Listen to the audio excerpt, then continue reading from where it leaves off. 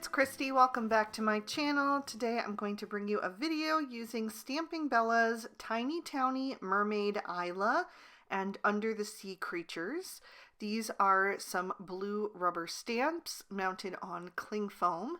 So I have stamped out a scene on Catherine Pooler Favorite White cardstock with Lawn Fawn jet black ink, and I'm going to be coloring with my Copic markers. I'm going to do my background first, starting with the sand, and I'm going to use E30, E31, and E33 for that. I'm actually starting with my lightest shade, that E30, and laying in where I want my darkest shadows to go eventually, kind of just using that shade to figure out where I want everything to go. I want there to be some little dips and valleys in the sand, you know, as it's kind of like rustling and moving along the ocean floor. And so I'm just creating little pockets where it's darker, especially where an object is like the clamshell or the starfish or the little sections of coral. And by the way, that coral image is the same one. I just stamped it twice so that I could fill in the scene a little bit more. I did do a little bit of masking as I created this scene just to give it a bit more depth and make it look like some objects were a little bit closer to the viewer than others.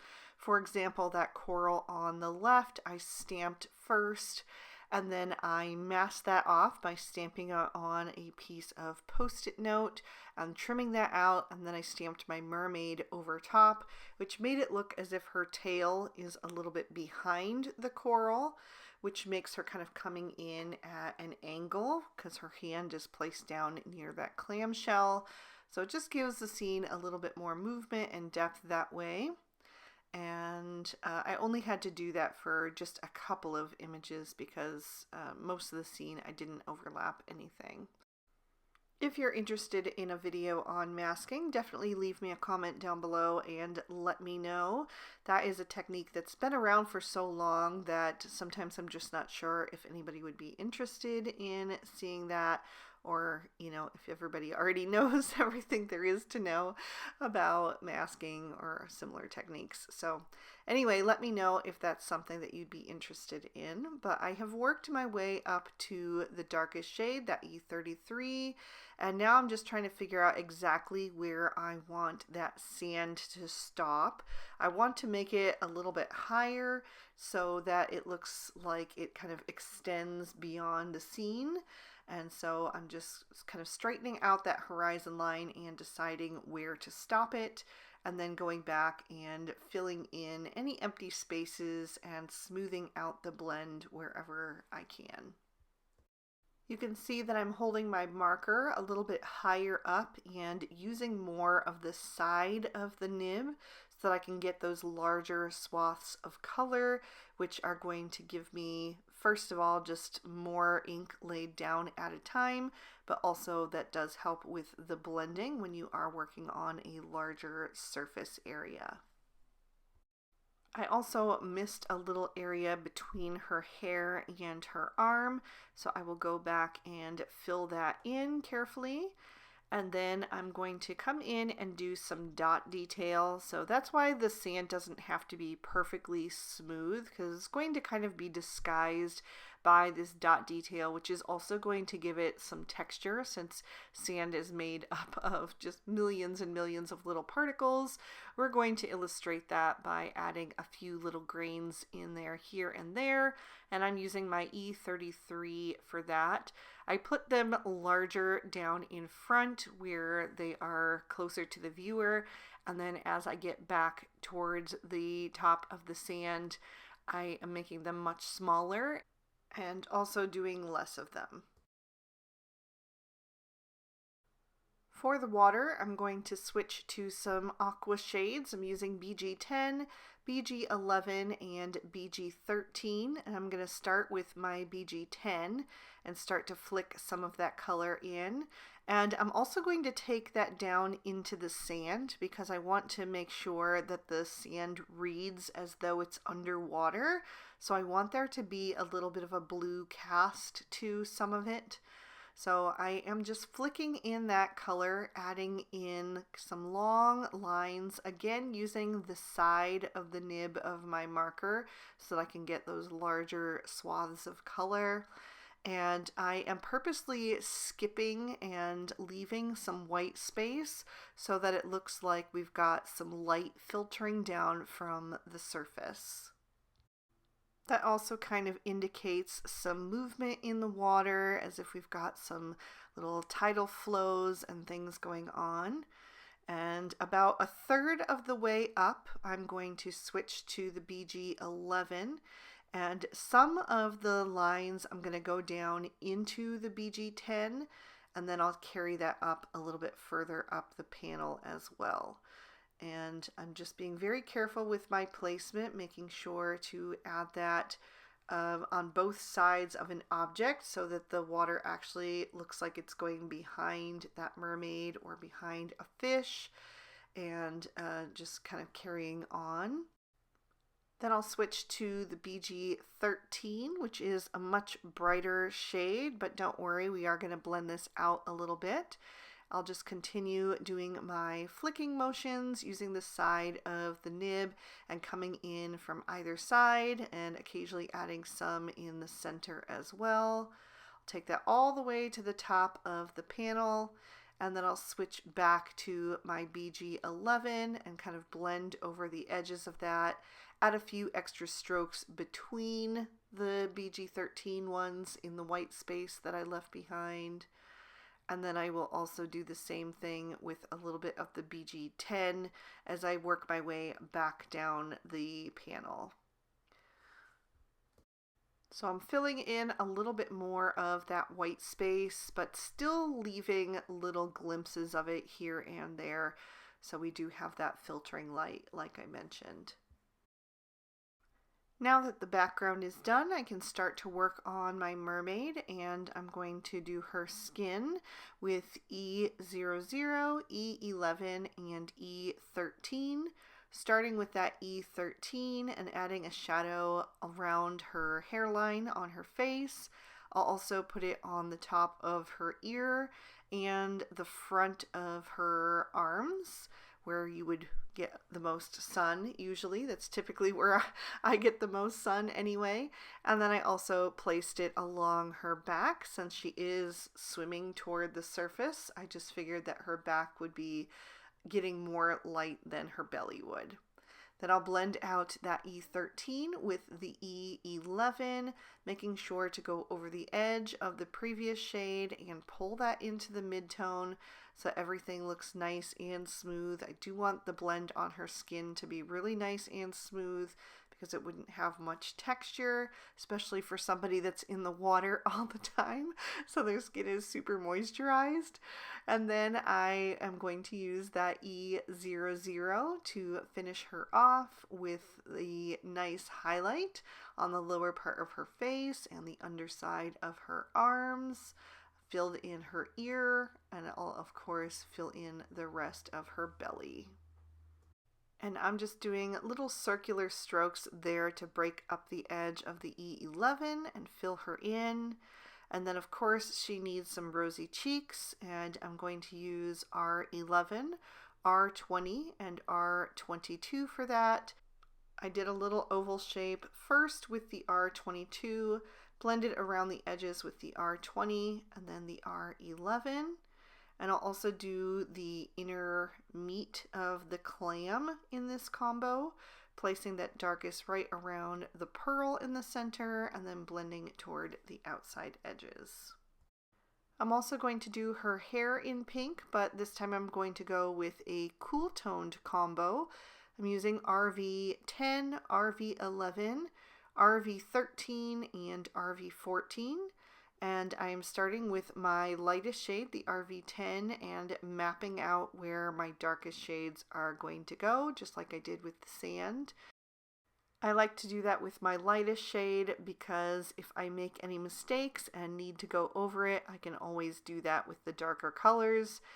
And this one especially is a little bit tricky to kind of map out because the hair has so much movement to it since it is underwater and it's kind of flowing with, you know, the waves. So I like to do that with the lightest shade. But I always place my darkest colors closest to the scalp, so wherever there is a part in the hair, and also at the back of the neck. If you've got any little curls or anything like that, then I'll place some darkness at the tips and then also at the top, so that any part that's kind of like bumped out would be catching the light. So that's where my highlights are going to go. So I'm building my way up to the RV13. I had actually pulled out the RV14 also in case I needed it, but I didn't end up needing it for her hair. I'll use it for something else in a minute. But RV13 is the darkest that I went, and I wanted to keep it on the lighter side, which is why I stopped there. That was giving me enough contrast for what I was envisioning. So once I had all of my darks laid in, I'm going to work my way back down in the reverse, blending out with the RV11 and just pulling those strokes even longer and eating up a little bit more of the white space. I am a huge fan of mermaid images. I think they are so much fun to color because they've got all of that hair, which you can do in fun shades like this if you want to, and then of course their gorgeous tails. I just love them, and Stamping Bella has some super adorable mermaids. They have so many different ones in all kinds of different styles. I just happen to fall in love with this little tiny towny Isla. I just think she's so sweet. But yeah, there are so many great ones to choose from Stamping Bella. So I did do a second layer on her hair off screen just because I was afraid that the video was getting too long, and now I'm going to move on to my coral, and I'm going to keep the RV13 and RV14, and I added in the RV17. I did leave out the RV11, but I didn't end up using it on this coral. And right there is where I realized that I missed a small little section of sand between some of the arms of the coral.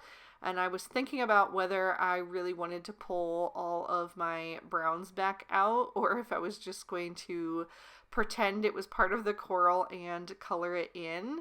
And I ended up just deciding to be lazy and color it in with the pink shades. I really don't think it's very noticeable because there's so many little arms of this coral anyway.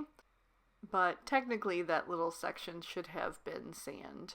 But for the coral, I just started with the RV17 and I kind of added it in little dots to give that coral some texture. And then I blended out the same way with the RV14, and then I filled in with the RV13. And I'm going to color the other coral on the opposite side in the same combo so that we can pull that color across the scene and really give it some pop. That's another thing that I love about mermaid cards, or just general under the sea cards, whether it's fish or whatever. There's just so many vibrant colored things under the sea between the coral and the seashells and the sea life and the mermaids or whatever, and it's just so much fun to lean into those summer girly shades, which I definitely did with this particular card. For her tail, I'm going to go with some purple shades. I'm using BV01, BV02, and BV04. I'm going to add a dark shadow on the top of her tail. And honestly, you could go either way. You could put it on the top, or you could put it on the bottom of her tail, like the part that is down toward the sand, because that also wouldn't be getting as much light. But I ultimately decided to put it up there just because of the way her tail was curved, and the end with the fins is kind of covering up the part where it's attached to her body, so it's blocking the light. But I think either way would have looked fine. But I blended out the BV04 with the BV02, and then I'm using the BV01 for highlight. So I'm just going to fill in the rest of that, and then I'm going to let that dry, and I'll come back and do some detail to that in a little bit. In the meantime, I'm also going to do my clamshell in these shades. So I'm adding some of that BV04 to the lines inside the top, and then also to the base of the bottom. And then I'll blend that out with the BV02. And then I'll fill in with the BV01. And I just didn't want to do it gray. I wanted to do something else, and I thought the purples would be nice. And it also just, again, ties in with her tail. For the fins on her tail and also the little skirt area that's around her belly, I don't know what you call that on a mermaid. But anyway, I'm going to use some lighter blue-violet shades. I'm using BV quadruple 0 and BV00, and just filling that in so that it looks a little bit more translucent since it has that lighter tone to it. And I think that matches really nicely with the darker shade of her tail. I did come back in with a little extra of that BV00 to deepen up the shadows, and then I'll blend back out with the BV quadruple 0. And by the time I finish that, the rest of her tail has dried, so I can come back in with my dot detail, which is going to help it look scaly. So I'm using the BV04 right over top of where I put the shadow, and then taking that a little bit into the next shade, and then I'll do the same with the BV02, just working my way into the highlighted area. And for that I will use the BV01. And that way the whole tail looks like it's got tiny little scales all over. Again, leaning into those bright summery shades, I have to do a sunshine yellow. So I went with Y13, Y15, and Y17 for my starfish. And I'm starting with the Y17, blending out with the Y15, and then using the Y13 for a highlight. And I'll do the starfish that is in her hair to match. And I did the starfish in yellow. Normally I would do them in orange, but since we have some clownfish up there, I wanted to save my oranges for that. But I did want to pull some of that yellow toward the top of the card, so I'm going to do this extra little fish in yellow as well. That way it's almost as if there's like a bright little bit of sunshine towards the top, even though it's obviously underwater. Then I'm going to move on to my clownfish, and I'm using YR04, YR07, and YR09, and I'm carefully coloring in every other section. Some of the sections are super skinny that are going to be white, and some of them are a little bit thicker, but the ones that are the most thick are the ones that I'm doing orange. And I'm starting with the YR09 for that. Then I'm going to blend that out with the YR07, just making sure to go over the edge of the previous shade again so that I don't get any harsh lines left behind. Trying to keep that paper wet so that ink is blending nicely. And then once I have that laid in, I'll come in with my highlight, which is the YR04, and I'll fill in any remaining white space. I also want to add a little bit of extra detail to these clownfish, so we'll do that in just a second. I want to just add a little bit of black to the edges of their fins, and I'm going to use T7 for that. And I'm only placing that like on the very edge of any place where you can see like the jagged edges of the fins. So on the side of the body, the top of the head, and also the tip of the tail. And then I used E70 to add a touch of color to my pearls and also to the white stripes on my clownfish. And then I still had this shell in her hand to do, so I just decided to do that with the same shade, although it didn't have enough contrast, so I brought in E71 for that. Then I'll bring in a black Sakura Jelly Roll pen and get that going off to the side. And I'll go over the eyes of my fish and my mermaid. I guess I could have also done the starfish, but I just forgot to. But that just makes them bright and shiny again and gives them a little bit of extra contrast against the coloring. Then I'm going to take my colorless blender and I'm going to add some little bubbles near the fish just by pressing that nib onto the background, and that is just pure alcohol, so it's going to kind of bleach out the little spots. The longer you hold it there, the bigger the dots will be. And then I'll take a white gel pen and just outline the right hand side of each of those bubbles to give them a little extra contrast. I also added a few white dots to her tail to make the scales look like they are catching the light. And then I'm going to trim this panel down with the largest of the Lawn Fawn outside in stitch rectangle stackables. Just lining that up carefully, and then I'm going to hold that in place with a little bit of post-it tape, and I will run that through my die cutting machine. And then when I pull it out, it's going to give me some nice stitched detail, and it's going to trim off 1/8 of an inch all the way around the panel so that it'll be framed up against my card base when I pop that on later on.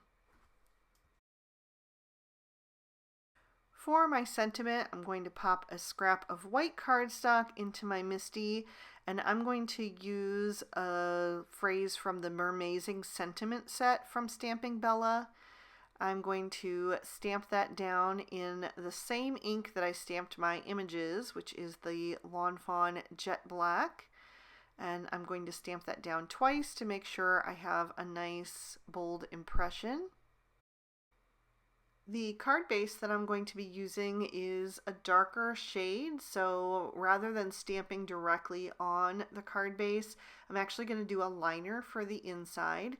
So I've just trimmed down a piece of white cardstock with the same die that I used for the focal panel. And I'm going to stamp on the inside using Dusty Concord Distress Oxide ink. I didn't have another purple ink that matched my card stock that I'm going to use for my card base, but this matches really well. And I did a couple more images from the Under the Sea creatures and another phrase from the Mermaid sentiment set. So it says, "Have a fantastic day," and then we've got a super adorable little jellyfish and another fish. So the card base that I've created is using Lawn Fawn's new Hyacinth cardstock. It's a gorgeous shade of like a cool toned purple, like a periwinkle, dark periwinkle. I glued my insert to the inside, and then I'm going to glue my focal panel to the outside. And I think the mermaid's tail matches perfectly with that colored cardstock. So I'm just lining that up in the center so that we have that nice frame around the edges and pressing that down into place. I also trimmed down my sentiment with one of the Lawn Fawn Everyday Sentiment banners. I'm going to glue that up in the top right corner. Let that glue dry for a couple of seconds, and then I'll grab my Cutter Bee scissors and I'm going to trim that off flush with the focal panel. I want to color in that little shell at the end of the sentiment, so I'm going to use my E70 marker, just like I did with the pearl. And I just realized that I never did color her tiny little shell bikini top. You can't see much of it, but I had intended to color that orange to match the clownfish, so I will do that after I finish this voiceover. But now I'm going to add some glitter. I'm going to take my favorite Stardust Stickles and add that to my mermaid's tail. I will say that the liquid inside the stickles does kind of make the white gel pen dissolve, so it took away all of those little white gel pen dots, but that's okay. I'd rather have the sparkle anyway. I also added a touch of that to the pearl, and I'm going to fill in each of those little bubble dots that I did on the background to just give those an extra bit of contrast and some sparkle and shine. And then I also added it to my starfish, both the one on the sand and the one in her hair. And that is going to finish off this card. I really love how this one turned out. I am so ready for summer, and this just takes me there right away. So hopefully you can catch some of that sparkle and shine, and there is another peek at the inside. If you enjoyed this one, please be sure to hit that like button and leave me a comment down below. I love hearing from you guys. Subscribe to my channel if you haven't already, and ring that notification bell if you want to be alerted when I post new videos.